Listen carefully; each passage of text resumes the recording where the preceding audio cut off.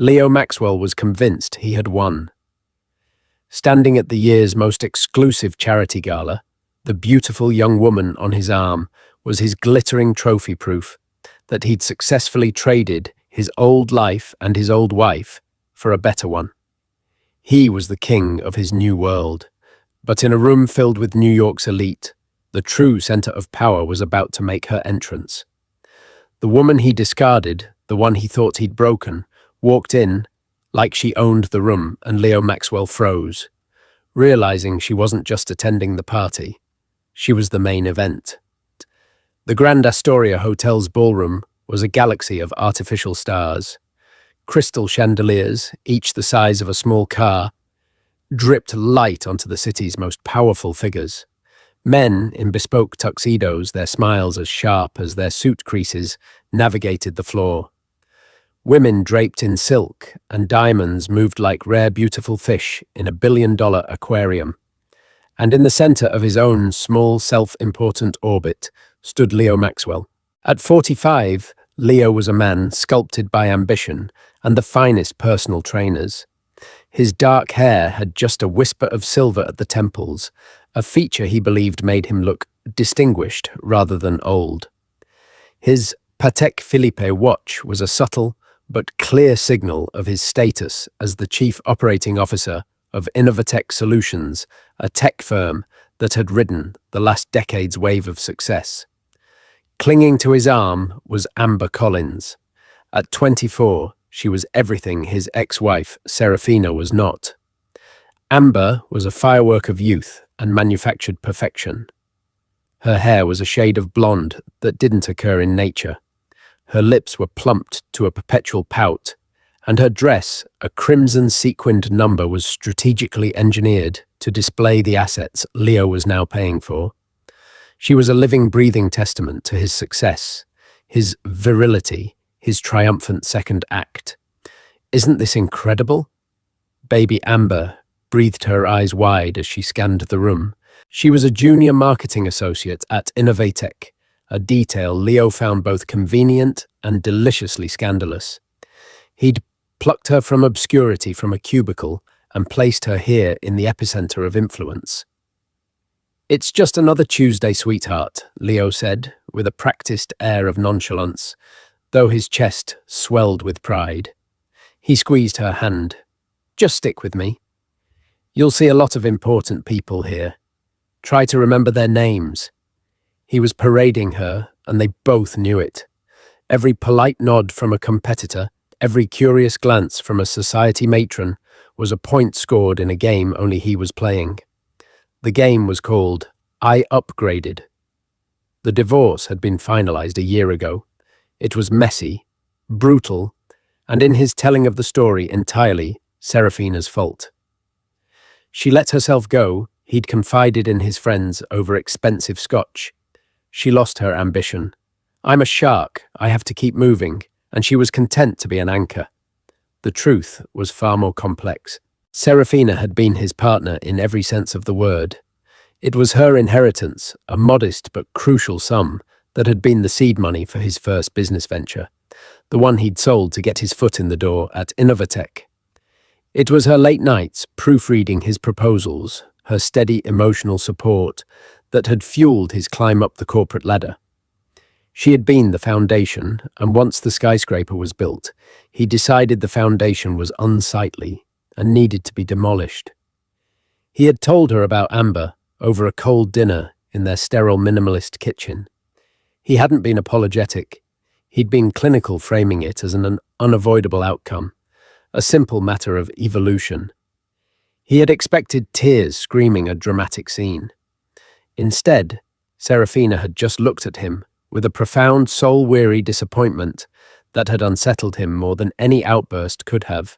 She'd simply nodded, packed a bag, and left the multi-million-dollar house they'd built together without a backward glance. In the settlement, he had been in his own mind generous. He gave her the house, a grand, empty monument to their shared past, and a settlement that would allow her to live comfortably, if not lavishly. He imagined her rattling around in that big house, growing bitter and lonely, a cautionary tale he could tell himself to justify his actions. He hadn't heard from her directly in 10 months. He assumed she was somewhere in the suburbs, attending book clubs and slowly fading away. "Oh my God, Leo, is that Alistair Finch, Amber?" whispered, tightening her grip on his arm. Leo followed her gaze. Indeed, it was. Alistair Finch was old money, a titan of venture capital with a Midas touch. He was the host of this evening's Starlight Foundation gala, a man whose quiet approval could make or break careers. Yes, a good man to know, Leo said, puffing his chest out. He and I go way back. He knew Seraphina and me when we were, well, before. He enjoyed the slight tremor of insecurity that passed through Amber's eyes at the mention of his ex-wife's name. It was a reminder of her precarious position. Was she, like these women?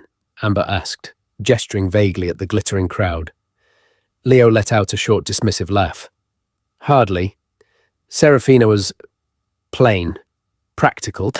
She wouldn't know what to do at a place like this. She'd probably wear orthopedic shoes. He was about to elaborate on Seraphina's supposed social inadequacies when a subtle shift occurred in the room's atmosphere.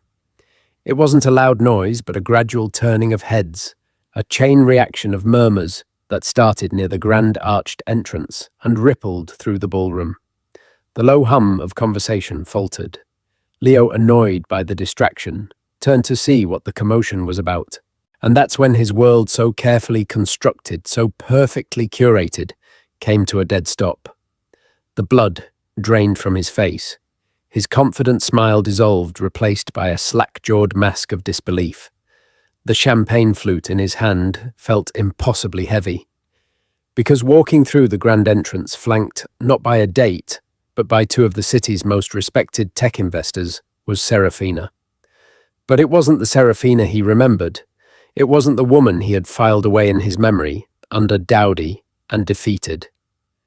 This was a different creature entirely. This Seraphina owned the room. She didn't just walk into it, she took possession of it with every single step. She wasn't wearing crimson sequins. She was dressed in a gown of deep emerald silk that seemed to drink the light of the room and reflect it back with a soft, confident glow. It was a Bottega Veneta, a masterpiece of understated elegance that clung to a figure that was leaner, stronger than he remembered. Her brown hair, which he'd always criticized as being too simple, was styled in sleek, sophisticated waves that cascaded over one shoulder, revealing diamond and emerald earrings that danced with every movement. Her face was the most shocking transformation. The tired lines of disappointment he had etched there were gone. In their place was a serene, almost unnerving confidence. Her makeup was subtle, but flawless, highlighting high cheekbones he'd forgotten she had, and eyes that now sparkled with an inner fire he had never seen before, or perhaps had simply never bothered to look for. She wasn't an anchor, she was a battleship. People were not staring at a ghost from the past. They were gravitating toward a new center of power. Alistair Finch, the man Leo had just been boasting about, broke away from his conversation and moved toward the entrance. His face split in a wide, genuine grin. He didn't offer a handshake. He embraced Seraphina warmly, kissing both her cheeks like cherished royalty. "Who is that?" Amber's voice was a small, sharp pinprick in the balloon of Leo's shock. Leo couldn't answer. His throat was dry. He felt a cold sweat begin to form on his neck. This was impossible. This was a hallucination brought on by too much champagne and an overinflated ego. The Seraphina he knew was at home alphabetizing her spice rack. She didn't know Alistair Finch, not like that. She didn't command a room. She blended into the wallpaper. Leo Amber insisted, her voice laced with an unfamiliar edge of irritation. "Who is she? Everyone is looking at her." "It's no one," Leo managed to croak out the lie, tasting like ash in his mouth. He tried to turn away to shield them both from the sight, to pretend it wasn't happening. But he couldn't. His eyes were locked on her. He watched as Seraphina laughed at something Alistair said, a sound that was richer and freer than he'd ever heard from her. She moved with a liquid grace, accepting a glass of champagne from a passing waiter, her posture perfect, her presence undeniable. She wasn't looking for him. She hadn't even glanced in his direction. It was as if he didn't exist, that more than anything sent a spear of ice through his chest. He had been the sun in her universe for 15 years. To be rendered invisible was a shock to his very core. "She's coming over here," Amber hissed, her nails digging into his arm. It wasn't true. Seraphina was moving deeper into the party toward the VIP section, where Alistair Finch was holding court. But her path would take her within 20 feet of where Leo and Amber stood, frozen like statues in a Pompeian disaster. Leo's mind raced, trying to formulate a plan. Should he grab Amber and flee to the bar, the men's room? Should he intercept Seraphina, try to control the narrative to act magnanimous and unfazed? Every option felt like a trap. As she passed a man, Leo recognized Geoffrey Lang, the notoriously ruthless CEO of a rival firm, stopped her. He bowed his head slightly, a gesture of clear respect. Seraphina Lang said, his voice carrying in the relative quiet. "That was a brilliant move with the Series A. Absolutely brilliant. You caught everyone off guard." Seraphina smiled graciously. "Geoffrey, thank you. We had a great team and a product we believe in." Leo's blood ran cold. Series A, product. These were words from his world, not hers. What was she talking about? It made no sense. This had to be some kind of elaborate, cruel joke. Then for the first time, her eyes swept across the room and landed on him. There was no flicker of pain, no hint of anger, no residual emotion at all. It was the brief, dismissive glance one might give to a piece of uninteresting furniture. Her gaze lingered for a fraction of a second before moving on, but in that moment, Leo felt utterly and completely insignificant. He had expected her to be a ghost of the past, a relic of a life he'd discarded. Instead, he was the ghost at her feast. "Leo Maxwell." A voice boomed beside him. It was a colleague, Bill Peterson, a portly man with a boisterous laugh. "I see you're admiring the woman of the hour. Can you believe it? Who knew your ex had that in her god to be a fly on the wall in your divorce settlement?" Bill slapped him on the back, oblivious to the fact that Leo felt like he might shatter. What are you talking about, Bill Lee?" Leo stammered. Bill looked at him, his brow furrowed. "You're kidding, right? You don't know man, you must have your head buried in the sand. That's Seraphina Hayes, CEO and founder of Aura Analytics. They're the hottest tech startup in the last 2 years. That Series A funding Lang was just talking about. They raised over $100 million. They're being called the next billion-dollar unicorn, and she's the brains behind it all." The ballroom seemed to tilt on its axis. Leo gripped Amber's arm for support, but she wrenched it away. Her face was a storm of confusion and dawning fury.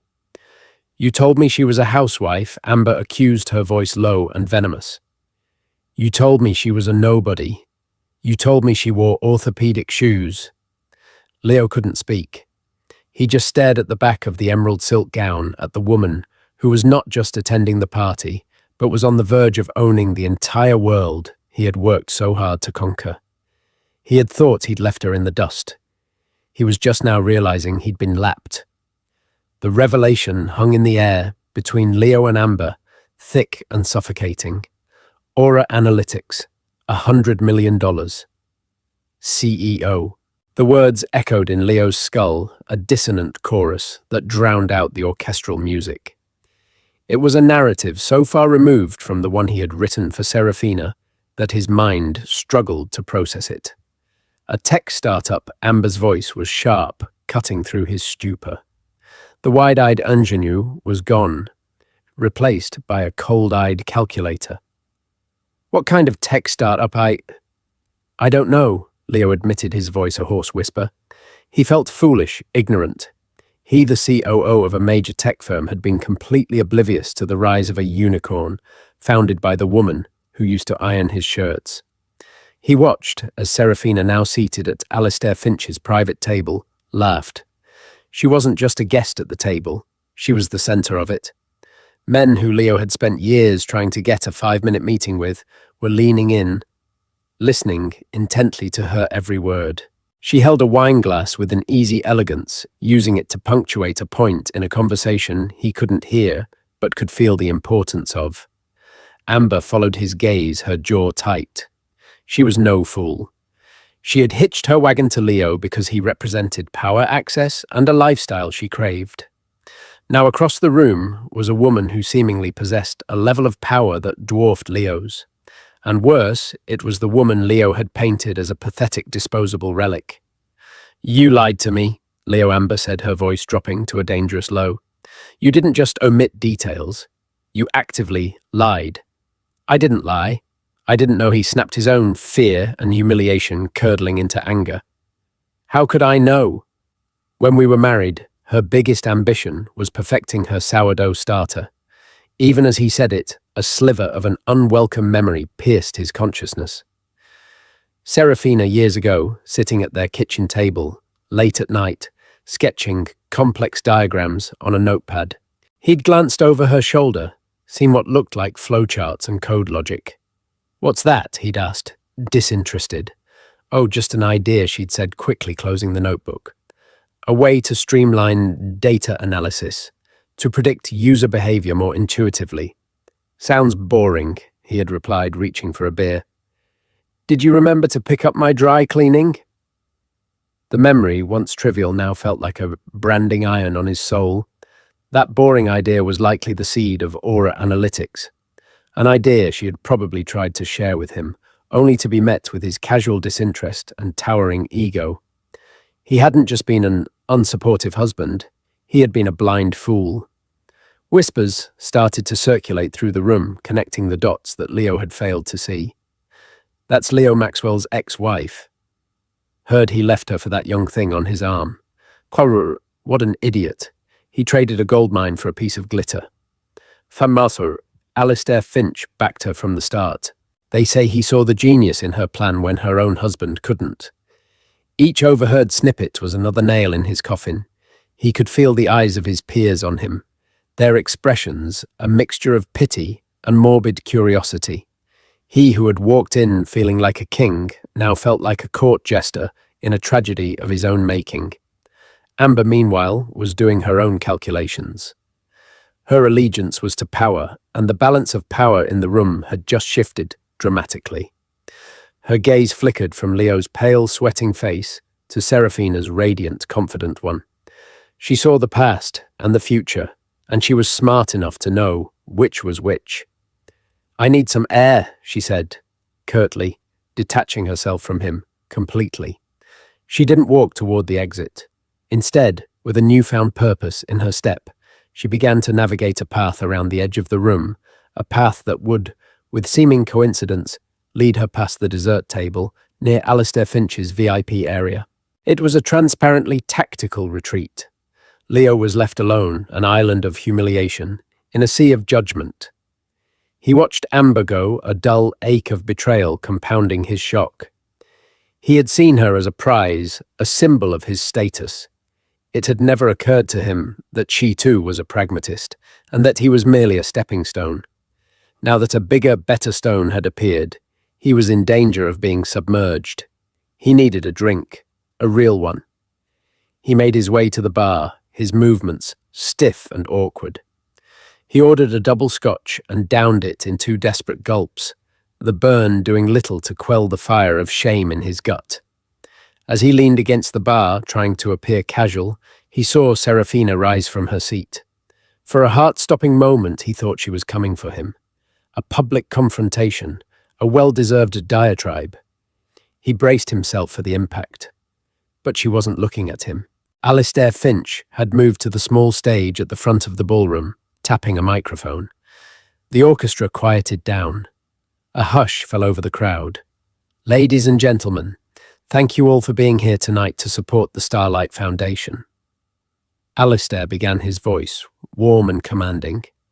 "Every year, we not only celebrate the generosity of this community, but we also honor an individual whose vision and innovation promise to change the world for the better.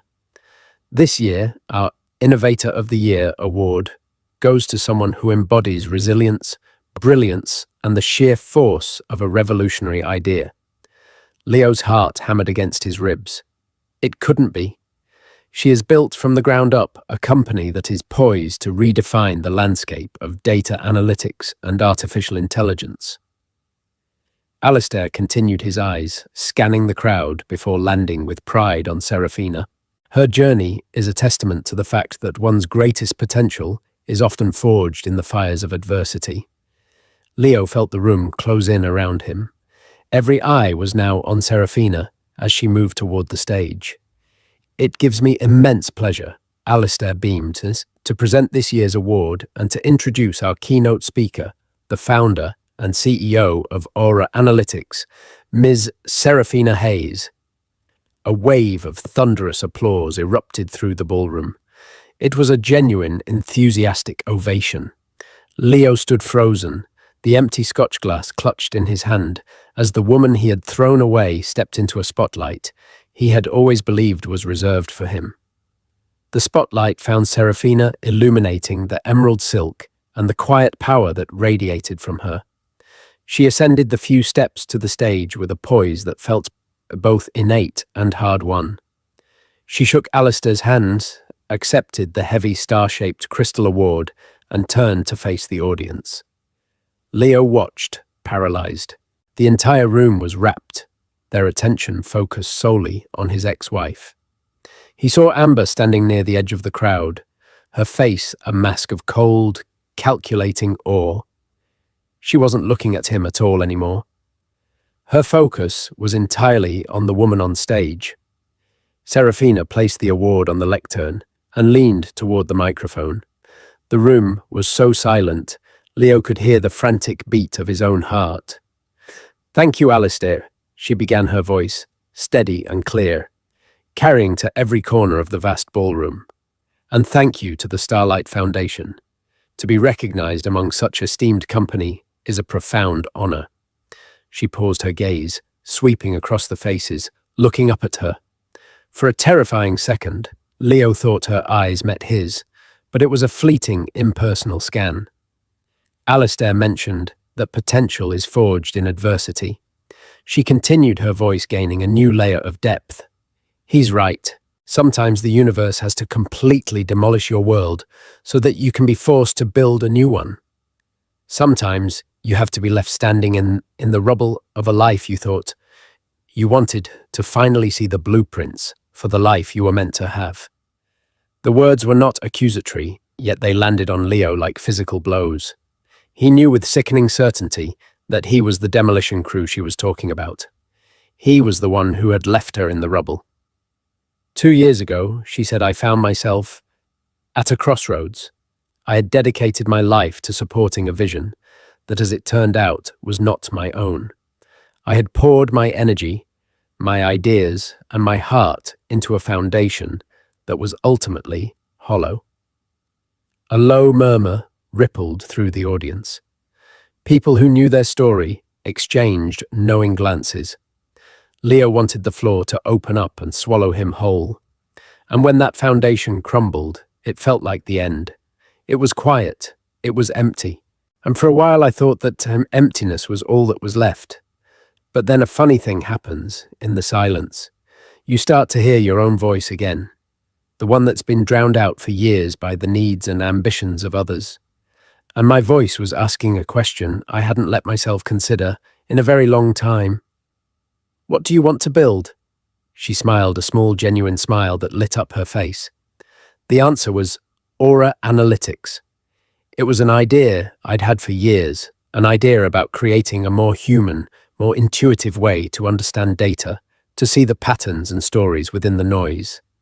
An idea that some had once called boring.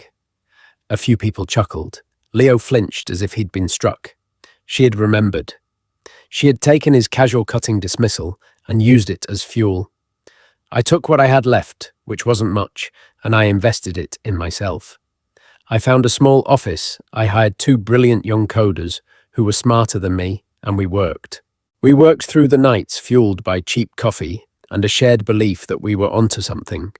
We didn't have the backing of a major corporation. We didn't have a safety net. What we had was a purpose. She looked directly at Alistair Finch.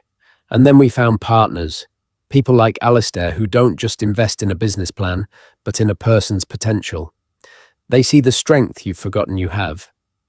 They don't see rubble. They see a construction site. The speech was a masterclass in diplomacy and devastation. She never once mentioned Leo's name. She didn't have to. Everyone in the room was filling in the blanks. She was telling the story of her triumph, and in doing so, she was without a single malicious word, narrating his spectacular failure as a husband and as a man. The success of Aura Analytics isn't just about a successful Series A or a projected valuation. She concluded, her voice ringing with passion. It's about the profound life-altering power of reclaiming your own narrative. It's for anyone who has ever been told they were an anchor, only to discover they were actually the ship, waiting for the tide to turn. So my message tonight is simple. Don't be afraid to let your world be demolished. Because your true foundation isn't something someone else can build for you or take from you. It's the one you build for yourself. Thank you. The ballroom exploded in a standing ovation. The applause was deafening, a roar of approval and of admiration. Alistair Finch embraced her again. Other titans of industry were lining up to shake her hand. She was no longer just Seraphina Hayes, the brilliant CEO. She was an inspiration. And Leo Maxwell was the unnamed villain in her heroic tale. He felt hundreds of pairs of eyes on him. Not with pity anymore, but with a kind of delicious contempt. He was a footnote in the story of the great Seraphina Hayes. He had to get out. He turned to leave to escape the suffocating judgment of the room and found his path blocked. It was Amber. Her arms were crossed, her expression unreadable. That she said, her voice flat, was quite a speech. "Amber, let's go," he said, trying to push past her. She didn't move. "Go where, Leo? Back to your condo. Back to a life where you are now famous for being the idiot who let the innovator of the year get away. You're a joke." "Don't talk to me like that," he seethed. "I'll talk to you however I want," she retorted, her eyes cold. "You used me. You used me as a prop to make yourself feel powerful after you discarded a woman who was clearly 1,000 times the person you'll ever be. The problem for you is, the prop just realized she was standing on a sinking stage." Before he could respond, she turned and walked away, melting back into the crowd, leaving him utterly alone in the wreckage of his pride. His trophy had just awarded him last place. Humiliated and furious, he knew he couldn't just leave. He had to face her. He had to say something, anything, to reclaim a shred of his dignity. He set his jaw and began pushing his way through the throng of her admirers, heading for the woman in the emerald gown. He finally reached her as she was stepping down from the stage. A small circle of admirers, including the formidable Geoffrey Lang, was still gathered around her. Leo pushed through them, his face a thunderous mask. "Seraphina," he said, his voice tight and low. The small group fell silent, sensing the impending drama. Seraphina turned to face him. Her expression was not one of surprise or anger. It was one of mild clinical curiosity, the look a scientist might give a specimen under a microscope. "Leo," she acknowledged, her tone perfectly level, "I'm surprised to see you're still here." The polite dismissal cut him deeper than any insult. "I need to talk to you," he said, gesturing for them to move to a more private area. "I don't think we have anything to talk about," she replied coolly, not moving an inch. She was making it clear this would be a public conversation. She held all the power, and she knew it. That little speech, he hissed, his voice trembling with repressed rage. That little sob story about building yourself up from the rubble. Very clever. You made me out to be the villain. A flicker of something, was it pity, crossed her face before being replaced by that unnerving calm.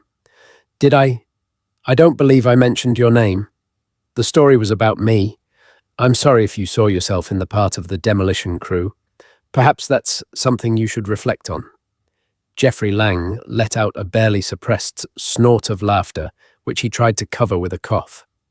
Leo felt his face flush with heat. "This whole thing, this company, Aura Analytics, you never told me. That idea you were sketching, you hid it from me." Seraphina finally allowed a genuine mirthless smile to touch her lips. "Hid it from you, Leo? Or did I simply stop showing things to a man who would only meet them with disinterest? You called my life's work boring before reaching for a beer. You weren't a partner to be consulted, you were a distraction to be managed. I didn't hide it, I protected it from your indifference." Every word was a perfectly aimed dart puncturing his ego. He was flailing, looking for an angle, a way to hurt her as she was hurting him. "So this is what it's all about," he sneered. "Revenge. A grand public spectacle to humiliate me for moving on. You spent millions of dollars on a startup just to get back at me." She actually laughed, then a short, sharp sound of genuine amusement. "Oh, Leo, you still think the world revolves around you. You still think you're the sun. You weren't the motivation for my success. You were simply the obstacle that, once removed, cleared the path for it. This isn't about you. This was never about you. You are, and I say this with no malice, completely irrelevant to my life now." Her words hung in the air, a final devastating verdict. He was irrelevant. As if on cue, Alistair Finch rejoined the group, placing a paternal hand on Seraphina's shoulder. He looked at Leo, and his friendly avuncular demeanour was gone, replaced by a gaze of pure, cold steel. "Maxwell Alistair," said, his voice dangerously quiet, "I think you've overstayed your welcome." "Alistair, this is between me and my ex-wife," Leo said, trying to assert some semblance of control. "No, it's not," Alistair corrected him. "Not anymore. And since you seem to be a bit behind on current events, allow me to update you." Alistair leaned in closer, his voice dropping so only those in the immediate circle could hear. "You may have heard that my firm Finch Capital was the lead investor in Seraphina's Series A funding. We have immense faith in Aura Analytics and its leadership." He paused, letting the statement sink in. "What you might not know," Alistair continued, a predatory glint in his eye, "is what we plan to do with that capital. Finch Capital, in partnership with a few other investment groups who are very impressed with Ms. Hayes, began quietly acquiring a controlling interest in another, slightly older tech firm this past quarter. A firm that has become stagnant, poorly managed, ripe for a hostile takeover." Leo's heart stopped. He felt a wave of nausea so profound he had to grip a nearby chair to steady himself. He knew what was coming. "We finalized the controlling share purchase this afternoon," Alistair said, his smile devoid of all warmth. "As of Monday morning, Finch Capital will be running Innovatech Solutions, and our first order of business will be a complete restructuring of the executive leadership." Leo stared at him, speechless. Hostile takeover. His company. Alistair looked from Leo to Seraphina. "The new board is very keen on synergy. We believe the predictive technology from Aura Analytics could be revolutionary when integrated with Innovatech's existing infrastructure. In fact, we've already created a new oversight committee for the transition. Ms. Hayes has graciously agreed to chair it. The world fell away. It wasn't just that she was successful. It wasn't just that she had won the public's admiration. It was that she now held his entire professional career in the palm of her hand. The woman whose ideas he'd called boring would now be presiding over his future. She would be his boss's boss. She had the power to fire him, demote him, or perhaps, worst of all, force him to work under her direct command. He looked at Seraphina, who was watching him with that same calm, dispassionate expression. There was no triumph in her eyes, no gloating, just a quiet final finality. She hadn't sought revenge. She had simply built her empire, and his little kingdom happened to be in the way of her expansion. It wasn't personal. It was just business. Checkmate. He stumbled backward away from the circle of power, away from her. He bumped into people, not bothering to apologize. He fled the ballroom, a disgraced king, escaping his own fallen cowl, the sound of Seraphina's admirers congratulating her echoing behind him. Like the tolling of a bell, Leo didn't go home. He couldn't face the sterile, empty condo that suddenly felt like a prison. The art he'd bought to impress people looked garish, the designer furniture cold and unwelcoming. It was a stage set for a man who no longer existed. He ended up in a dark, anonymous bar in a part of town he never frequented, drinking cheap whiskey that burned his throat, but did nothing to numb the gaping wound in his soul. On Monday morning, the official email landed in every Innovatech employee's inbox. The language was corporate and sterile, announcing the acquisition by Finch Capital and the immediate restructuring of the C-suite. His name was at the top of the list of departures, effective immediately. He was offered a standard severance package, the kind given to a redundant middle manager, not a COO. It was a final impersonal insult. His phone, which once buzzed incessantly, with calls from colleagues and clients, was silent.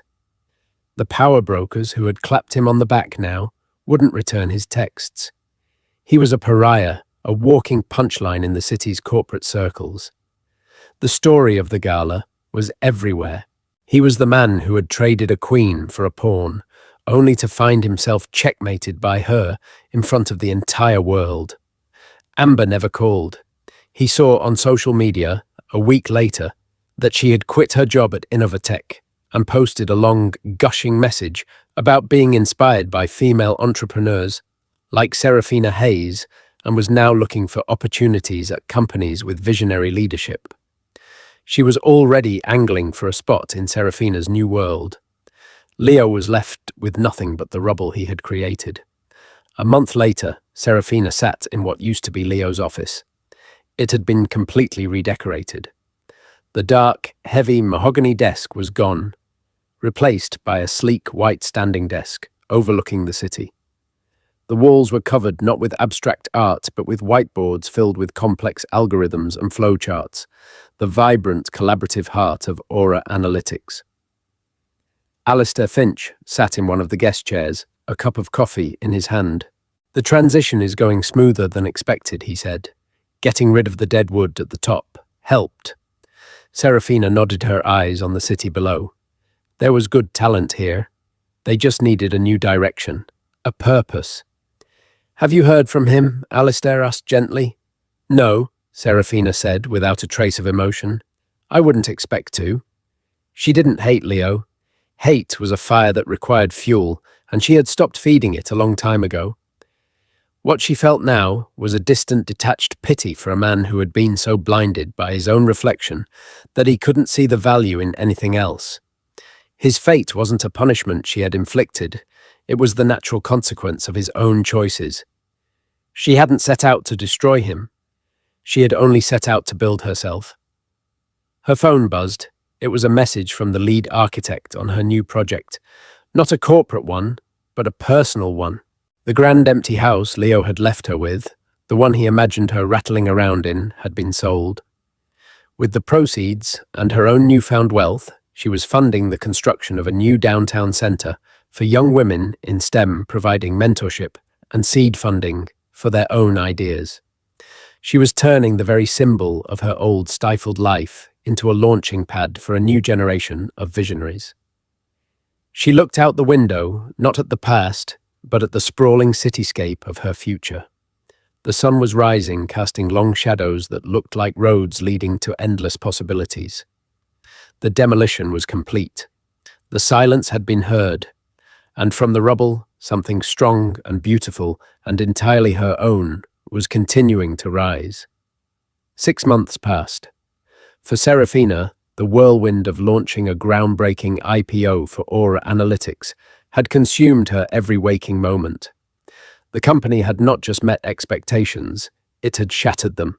Her vision of intuitive data analysis had resonated globally, attracting major clients across industries from healthcare to sustainable energy.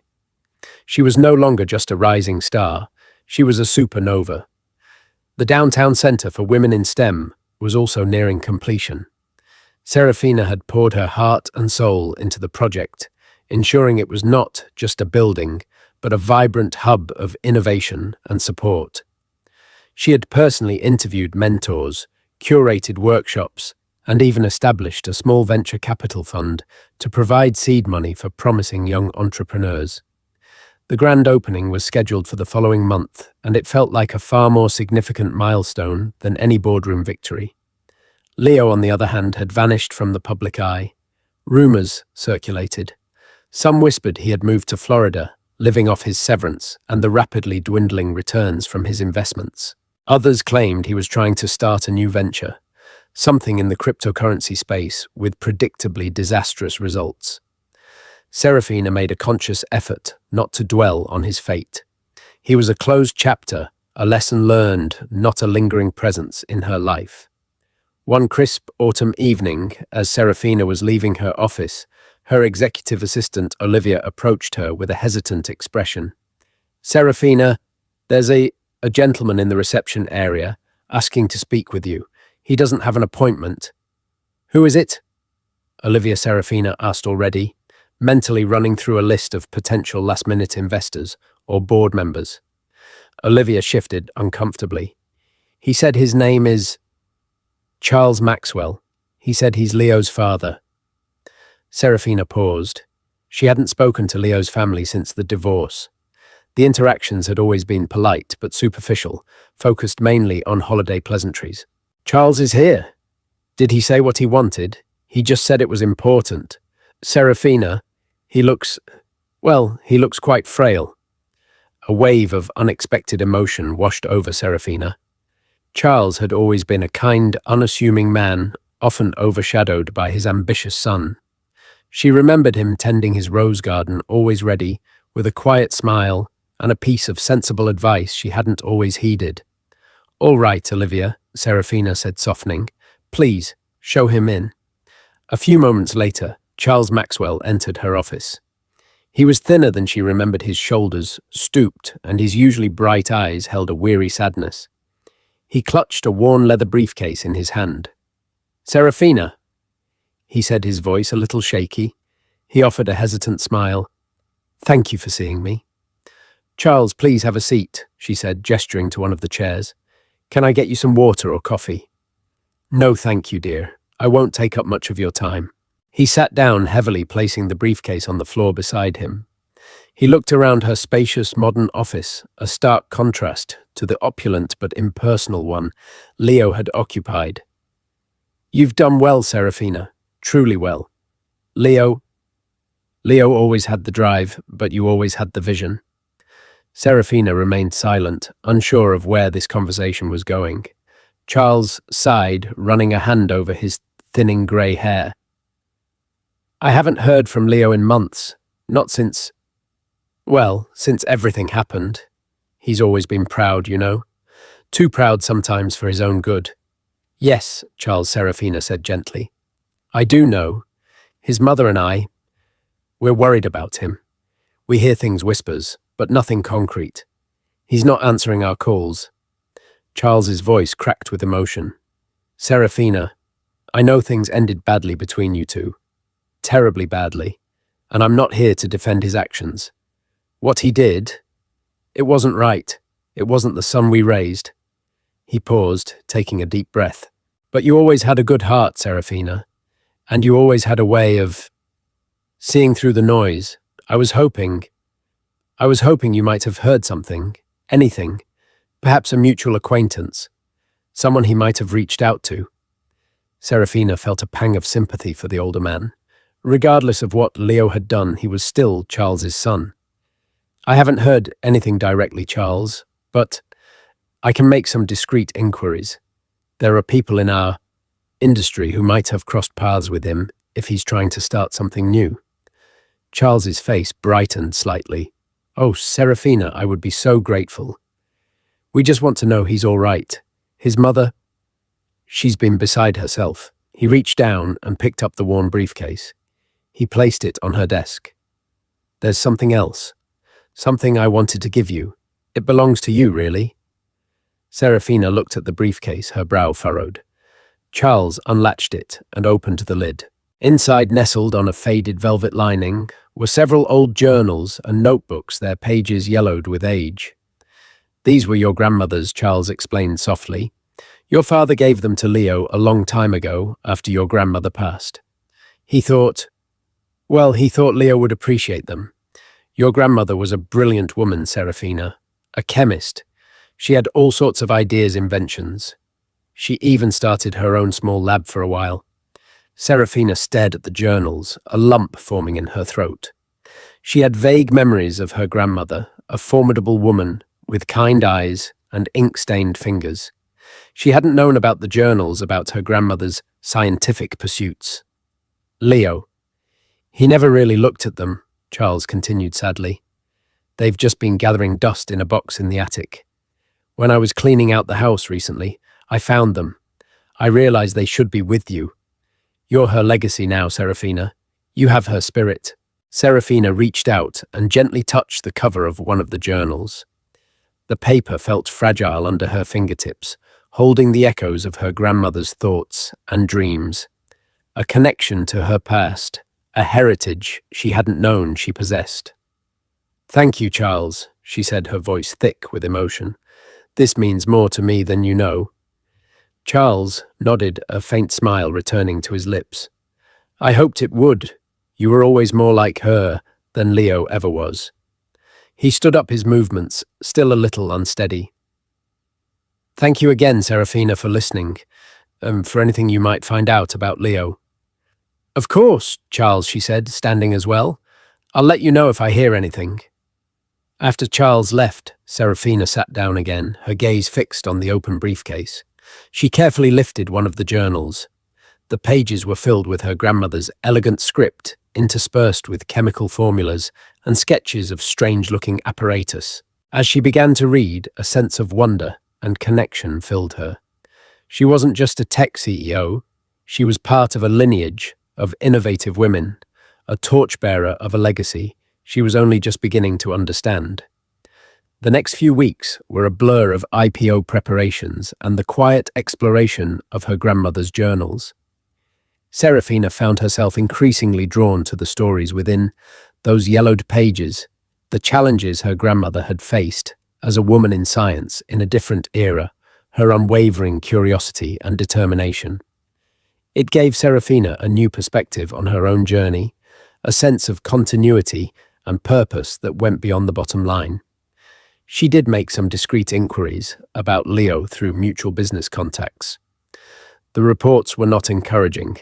He had apparently burned through a significant portion of his severance on a series of ill-advised investments.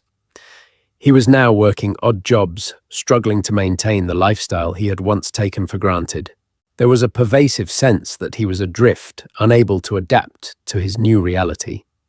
Seraphina felt a fleeting moment of sadness, but it was quickly overshadowed by a sense of inevitability. He had made his choices. The grand opening of the STEM Center was a resounding success.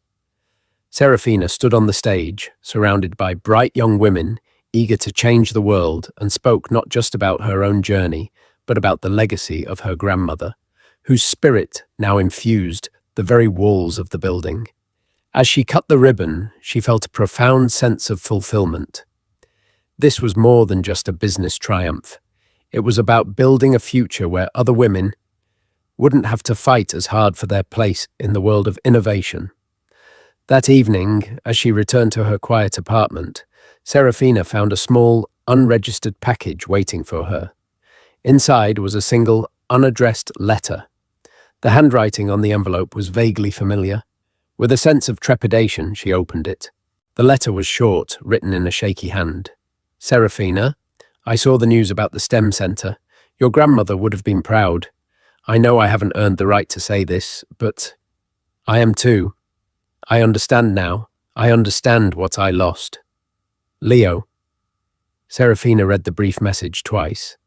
There was no blame, no excuse, just a simple acknowledgement. It wasn't an apology, not really, but perhaps it was the closest he could get. She folded the letter and placed it on her desk, next to her grandmother's journals. It was a small echo from a past that now felt distant and almost dreamlike. She didn't feel vindicated or triumphant. She simply felt a sense of closure. The rubble had been cleared. The new foundations were strong. And Seraphina Hayes was no longer defined by the man who had tried to bury her. She was defined by the woman she had become and the world she was building. The dawn from the rubble had truly arrived, painting the horizon with the bright colors of innovation, resilience, and a legacy rediscovered. So what can we take away from the story of Seraphina Hayes and Leo Maxwell? It's a powerful reminder that your worth is never determined by someone else's inability to see it. Leo thought he was leaving behind a broken woman, but he was only freeing a titan. Seraphina's story isn't one of revenge, it's one of reclamation. She didn't waste her energy trying to tear him down. She invested that energy in building her own empire, and in the end, her success became a force of nature that simply swept his hollow world away. It shows us that the ultimate power move is to focus on your own growth, your own purpose, and your own happiness. The rest, as they say, is just fallout. What did you think of Seraphina's epic comeback? Let us know in the comments below. And if you love stories of triumph and poetic justice, be sure to hit that like button, share this video with someone who needs to hear it, and subscribe for more real-life drama.